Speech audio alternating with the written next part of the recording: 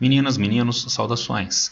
Finalizando o nosso estudo de Petróleo no Brasil 2, aprofundando agora o estudo especificamente do petróleo pré-sal. Nós vimos na apresentação anterior a evolução do petróleo no Brasil, desde os anos 1950 até os anos 2000, passando por alguns marcos importantes no governo Getúlio Vargas, durante a ditadura civil-militar, no governo FHC e no governo Lula. No governo FHC e Lula, em especial, houve fortes mudanças no que diz respeito à legislação que organiza a exploração de petróleo no Brasil. Vamos aprofundar, então, essa norma legal, esse dito marco regulatório de exploração do petróleo na apresentação de hoje. Primeiro, a descoberta do petróleo pré-sal. Quanto de óleo nós descobrimos no petróleo pré-sal? Nós encontramos aqui um esquema da evolução das reservas comprovadas de petróleo do Brasil desde a década de 1950 até a descoberta do petróleo pré-sal. Nos anos 1950, nós tínhamos de reservas comprovadas no Brasil 17 milhões de barris de reservas comprovadas. E isso é menos do que o consumo diário de petróleo dos Estados Unidos. Nós praticamente não tínhamos reservas comprovadas de petróleo na década de 1950. Mas lembrem-se, segundo a nossa análise da apresentação anterior, nós nesse período estávamos começando o processo de industrialização, avançando no processo de industrialização e, portanto, começando o maior consumo de petróleo. Vejam que até a década de 1970 avançam as reservas comprovadas de petróleo do Brasil para 1 bilhão de barris, basicamente reservas em terra, tudo bem? Mas daí nos anos 1970 vem as crises do petróleo e a Petrobras, segundo o nosso estudo anterior, passa a optar pela busca de jazidas de petróleo no território nacional. Desculpem. Este petróleo é encontrado principalmente em regiões oceânicas, é petróleo offshore, primeiro de águas rasas, chegando a 1985 com 3 bilhões de barris de petróleo, 3,3 bilhões de barris de petróleo de reservas comprovadas, avançando para águas profundas no início dos anos 2000, 9,6 bilhões de reservas comprovadas e até a segunda metade dos anos 2000, por volta de 14 bilhões de reservas de barris de petróleo de reserva. Daí é feita uma perfuração mais profunda no litoral, principalmente de São Paulo, Bacia de Santos, que envolve o litoral sul do Rio de Janeiro, o litoral de São Paulo, o litoral do Paraná, e essa perfuração mais profunda vai encontrar uma nova jazida de petróleo, uma jazida de petróleo abaixo de uma camada de sal no leito oceânico. Se ela está abaixo da camada de sal, ela é mais antiga do que essa camada de sal e, portanto, é uma jazida de petróleo mais antiga do que o sal, é pré-sal, é de formação anterior às formações de sal. E quanto nós encontramos nessas jazidas? Inicialmente por volta de 14 bilhões de barris de petróleo e, portanto, a descoberta de petróleo pré-sal vai dobrar as reservas comprovadas do Brasil no final dos anos 2000. Meio século de exploração de petróleo no Brasil chegou a 14 bilhões de barris de petróleo comprovados e esta nova descoberta dobra, então, as jazidas de petróleo do Brasil. Será que é possível extrair esse petróleo? No início dos anos 2010, a Petrobras tinha esta estimativa de evolução da produção, no início dos anos 2010. Para 2013, 219 mil barris de petróleo extraídos diariamente do petróleo pré-sal, avançando para quase 2 milhões de barris agora em 2020. Esta era a estimativa há uma década, mas essa estimativa foi atingida? A resposta é não, não foi atingida. Em 2020, nós estávamos produzindo 1,8 milhões de barris por dia no petróleo pré-sal. Estávamos além disso, estávamos com 1,9 milhões de barris por dia. Hoje, mais da metade da nossa produção de petróleo já é oriunda desta região do dito petróleo pré-sal. Panorama geopolítico. Então vamos analisar agora o petróleo na geopolítica mundial e como o Brasil se insere neste contexto. Primeiro, é muito importante a oferta de petróleo mundial diante do consumo. Esse quadro é muito importante porque existem as pessoas que teimam na ideia de que o pico do petróleo já passou, que nós agora estamos diversificando a matriz energética e vamos diminuir o consumo de petróleo. Vejam que para a década de 2000 nós tínhamos uma produção de petróleo mundial na faixa de 86 milhões de barris por dia. Nessa mesma década de 2000, em 2008, nós tínhamos um consumo de petróleo de 86 milhões de barris por dia. Então, Que bom que produziu 86 milhões, porque consumia aproximadamente isso também, tá certo? Agora, e para 2030, as projeções na década de 2000 para 2030 apontavam para um consumo de petróleo de 106 milhões de barris por dia. De fato, há diversificação da matriz energética. De fato, o aumento do consumo do petróleo é menor na atualidade, mas vejam, um menor aumento. Então, continua havendo crescimento do consumo de petróleo. Se a projeção para 2030 seriam 106 milhões de barris de petróleo consumidos no mundo por dia, quanto nós produziríamos em 2030? 31 milhões de barris por dia. Então temos uma diferença incrível entre a demanda de petróleo para 2030 e a produção. Esta produção é estimada com as reservas dos anos 2000. Agora, o que esse quadro impõe a nós? Isto: serão necessárias descobertas de grandes volumes de óleo para suprir a demanda. Portanto, será que o petróleo pré-sal é algum tipo de elefante branco? Não, não é. Ele é fundamental em um esforço de vários países do mundo de descoberta de novas jazidas de petróleo, de aumento da oferta de petróleo, para se atingir estes valores para 2030. Tudo bem? E onde o Brasil se insere entre os países produtores e consumidores de petróleo no mundo? Eu dividi aqui dois grupos de países. Países que eu denominei consumidores.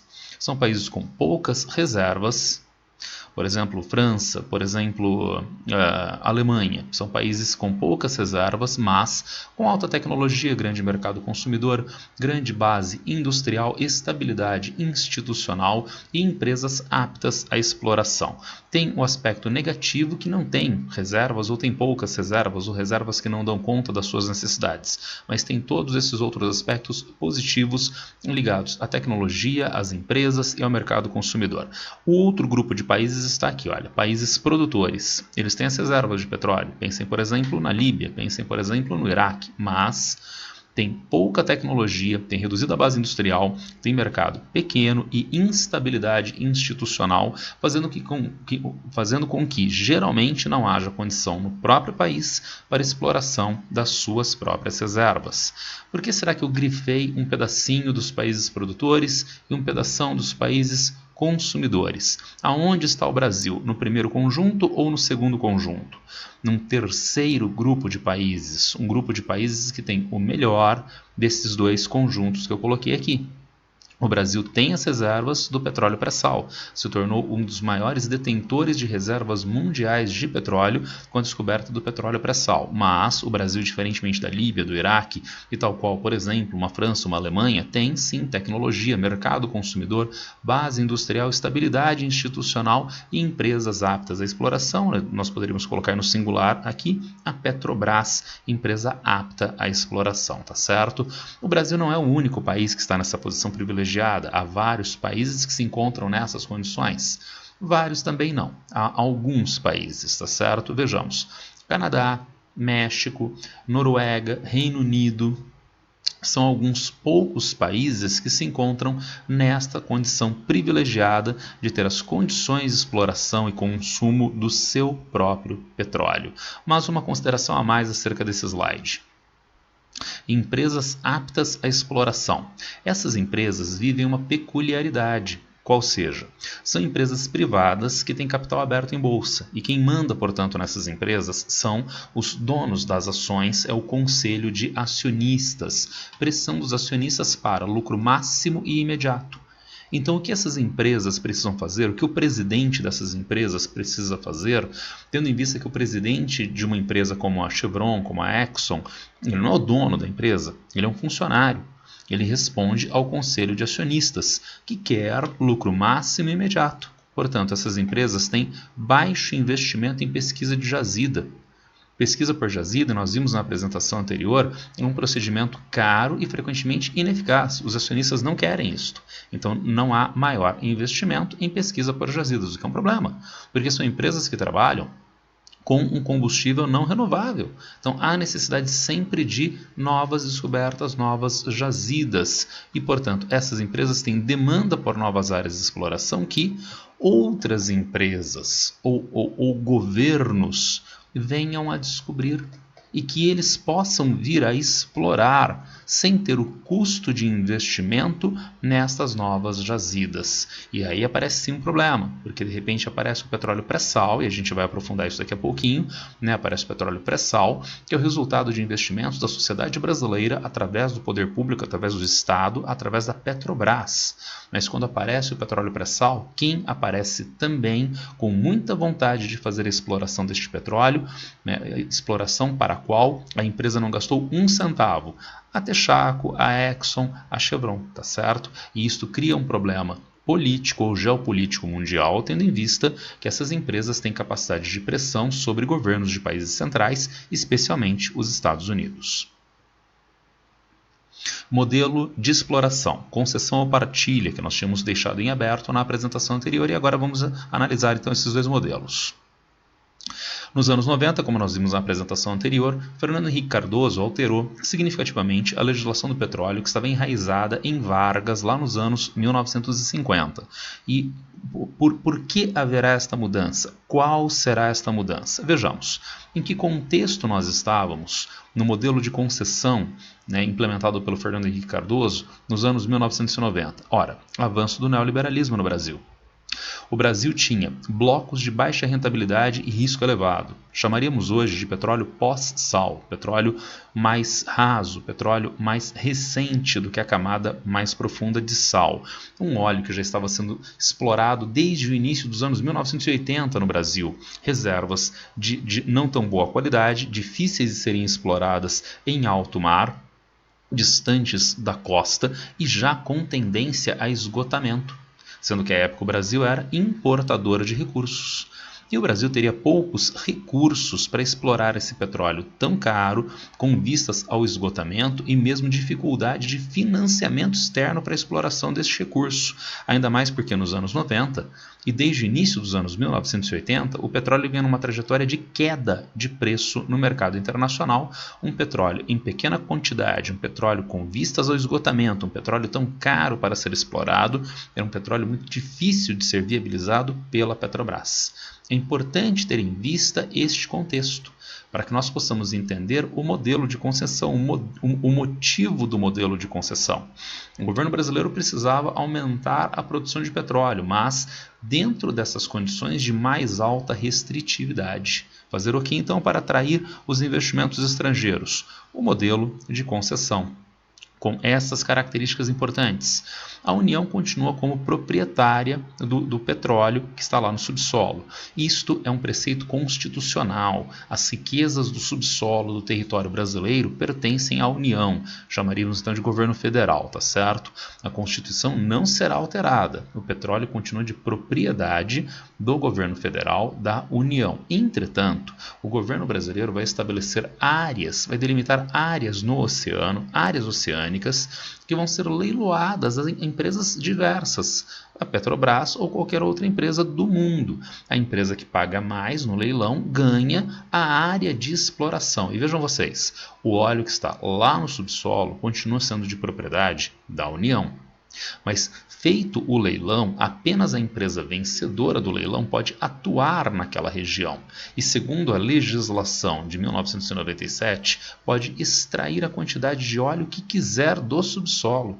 E o que a Constituição diz sobre o óleo que chega à superfície? Absolutamente nada. E, portanto, este óleo chegado à superfície é da empresa vencedora do leilão, da empresa que ganhou o direito de exploração, a concessão de exploração naquela região, e ela dá a destinação que ela quiser para o óleo. Qual é a vantagem da economia brasileira? Qual é a vantagem para o governo brasileiro? Pagamento de impostos, direitos de exploração, royalties e aumento da produção de petróleo, aumento do investimento na extração de petróleo. Trata-se de um modelo que é muito bem-vindo à iniciativa privada internacional, sem dúvida alguma. Agora, por que esse modelo nessas condições? Insisto, anos 1990, restritividade de exploração de petróleo no país que exigia este modelo atrativo ao investidor externo direto, às multis do petróleo, às multinacionais do petróleo. Mas nos anos 2000 a situação vai mudar. Vai mudar porque nós temos a descoberta do petróleo pré-sal. Vejamos então o novo modelo, o modelo de partilha de 2009. Contexto: ampliação do papel do Estado, com a possibilidade de agregar valor à cadeia produtiva do petróleo e do gás.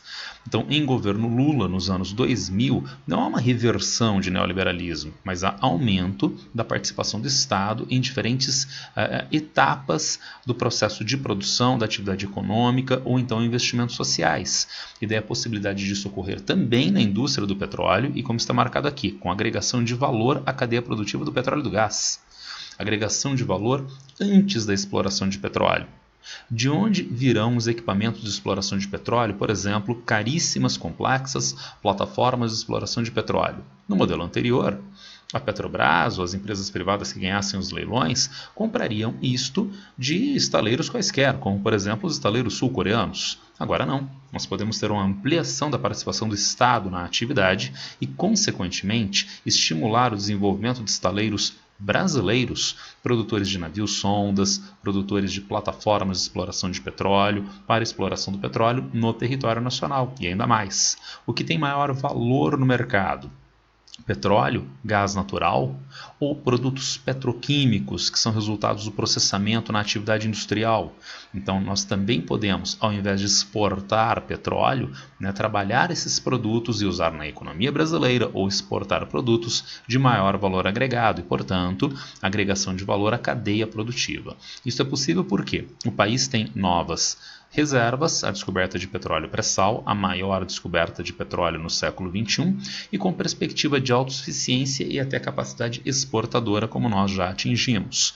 A Petrobras, então, tem muito melhores condições de captar recursos. Este petróleo é ainda mais difícil de ser explorado do que o petróleo que nós vimos anteriormente, a ideia de petróleo pós-sal, mas é um volume muito maior de óleo e em um contexto, anos 2000, no qual o petróleo está valendo muito mais no mercado mundial, uma evidente escassez de petróleo no mercado mundial. Então o contexto mudou gravemente. Com a mudança do contexto, há necessidade de uma mudança no modelo de exploração de petróleo para o modelo de partilha, que não é uma invenção do Brasil, é uma invenção da Noruega. Tá? E como funciona esse modelo de partilha? União, controle do processo, com a contratação da Petrobras. No modelo anterior, as áreas de exploração de petróleo seriam divididas, delimitadas e cada uma delas leiloadas. E a empresa que pagasse mais, Petrobras, Chevron, ganha o direito de exploração. Agora não. A Petrobras pode ser indicada pelo governo brasileiro para exploração em algumas regiões, mas continua havendo leilão de áreas de exploração de petróleo.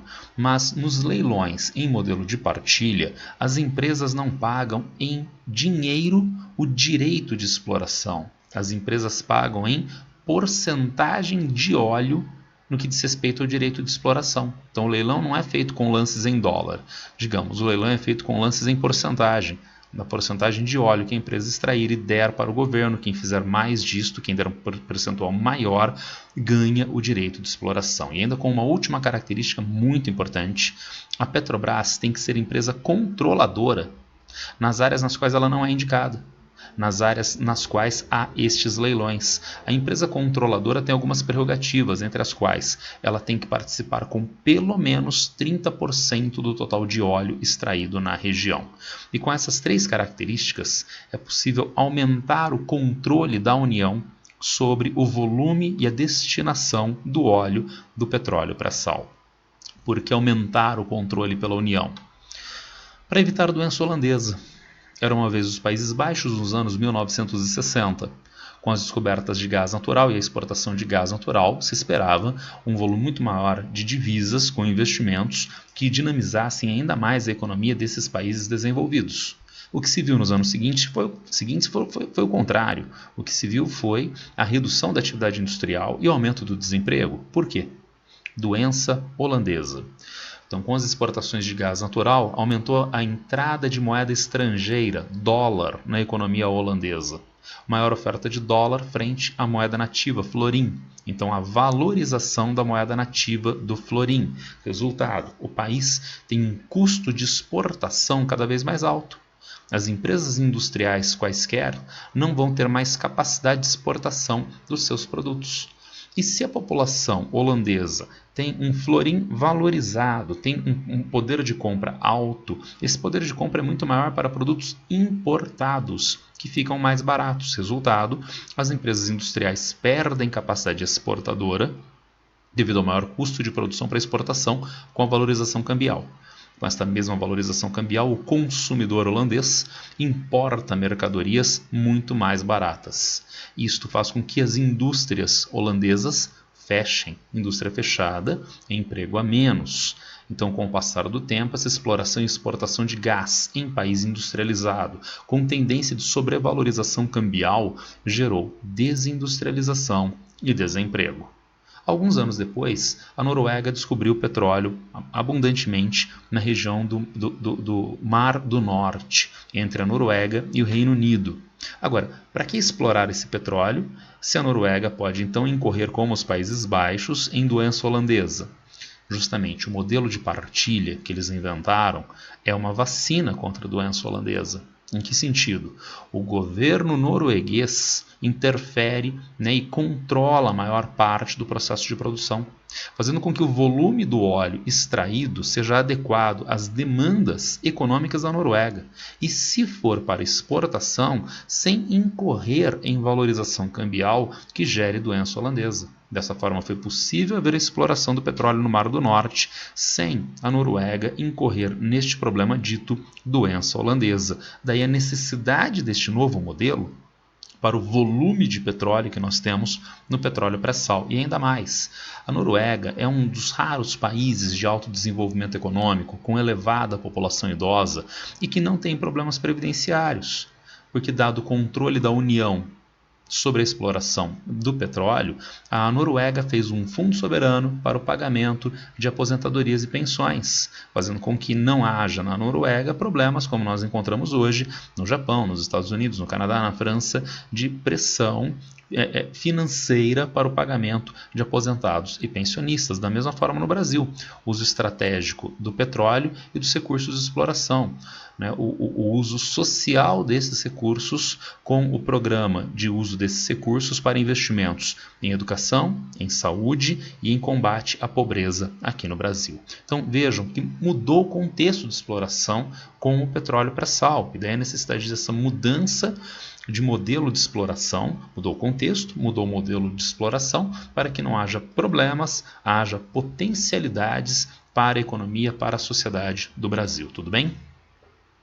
Só que nos anos 2010, nós mudamos novamente o modelo de exploração depois do impeachment da presidenta Dilma Rousseff, em 2016. Agora, o contexto não é mais o contexto de ampliação do papel do Estado. Em governo Temer e principalmente em governo Bolsonaro, avançaram muito significativamente os processos de liberalização econômica, inclusive de forma descontrolada. A Petrobras não tem maior capacidade de captação de recursos no exterior, porque ela foi fortemente dilapidada através da Operação Lava Jato, e mais, o preço do petróleo com uma oscilação, mas com trajetórias de queda no mercado internacional. Então, resultado, um novo modelo de exploração, com agora contratação ainda da Petrobras, mas novos contratos de partilha ou de concessão. E principalmente, isso que é o aspecto mais importante, Petrobras deixa de ser controladora em um largo programa de desinvestimento. Esse que é o aspecto mais importante, ela deixa de ser controladora. Esse modelo mudou por que razão? Nós tínhamos visto então essa ideia. Então, temos uma dificuldade de exploração nos anos 90. Ideia é maior atratividade do investidor estrangeiro. Temos uma enorme quantidade de óleo nos anos 2000. Então nós mudamos o modelo para um modelo semelhante ao norueguês, que foi um modelo de sucesso. É um modelo de sucesso na Noruega. Agora, nos anos 2010, não existe mudança no contexto. Tá? Na verdade, esta mudança é ideológica. Esta mudança foi um erro brutal de operação judicial, de policial judicial, que dilapida o funcionamento de uma empresa da maior importância, como é o caso da Petrobras. Então, esses são fatores conjunturais que nem deveriam ter acontecido. Não há nenhuma mudança estrutural para a maior atratividade do capital estrangeiro na exploração do petróleo pré-sal. Portanto, este modelo é o resultado da vulnerabilidade dos novos governos brasileiros, Temer e Bolsonaro, no que diz respeito à pressão das multis do petróleo para a exploração do petróleo pré-sal. Estão lembrados que eu deixei em aberto no slide anterior? Essas empresas não fazem investimento em áreas de extração. O petróleo pré-sal foi descoberto aqui no Brasil numa área que era, desde 1997, desde aquele novo modelo de exploração do Fernando Henrique Cardoso, de responsabilidade da Shell. A Shell não conseguiu achar petróleo pré-sal, vendeu a área para a Petrobras, que fez os investimentos e achou o petróleo pré-sal. E agora que ela achou, vêm as empresas estrangeiras no novo modelo de 2016 para explorar o petróleo, para o qual essas empresas estrangeiras não gastaram um tostão no processo de investimento para a descoberta. Sendo que neste modelo, como eu disse para vocês, o aspecto mais importante é a Petrobras deixar de ser controladora. Porque a contratação da empresa que é mantida do modelo anterior é uma decisão administrativa. A presidência da República pode indicar ou não a Petrobras. Indicar ou não. E, portanto, se não indicar, são áreas privilegiadas para a ação das empresas estrangeiras. Entretanto, a Petrobras ser empresa controladora é um aspecto legal. E, portanto, aonde quer que as outras empresas atuassem, a Petrobras precisaria estar junto e com pelo menos 30% do óleo. E isto é que foi derrubado no novo modelo. Tudo bem? Tínhamos então essa apresentação para hoje, para nós fecharmos a ideia de petróleo no Brasil. Se tiver algum problema, se alguém tiver algum problema, alguma dúvida, por favor, me encontra nas redes sociais, no WhatsApp e no Telegram. Abraço para todos e boa sorte.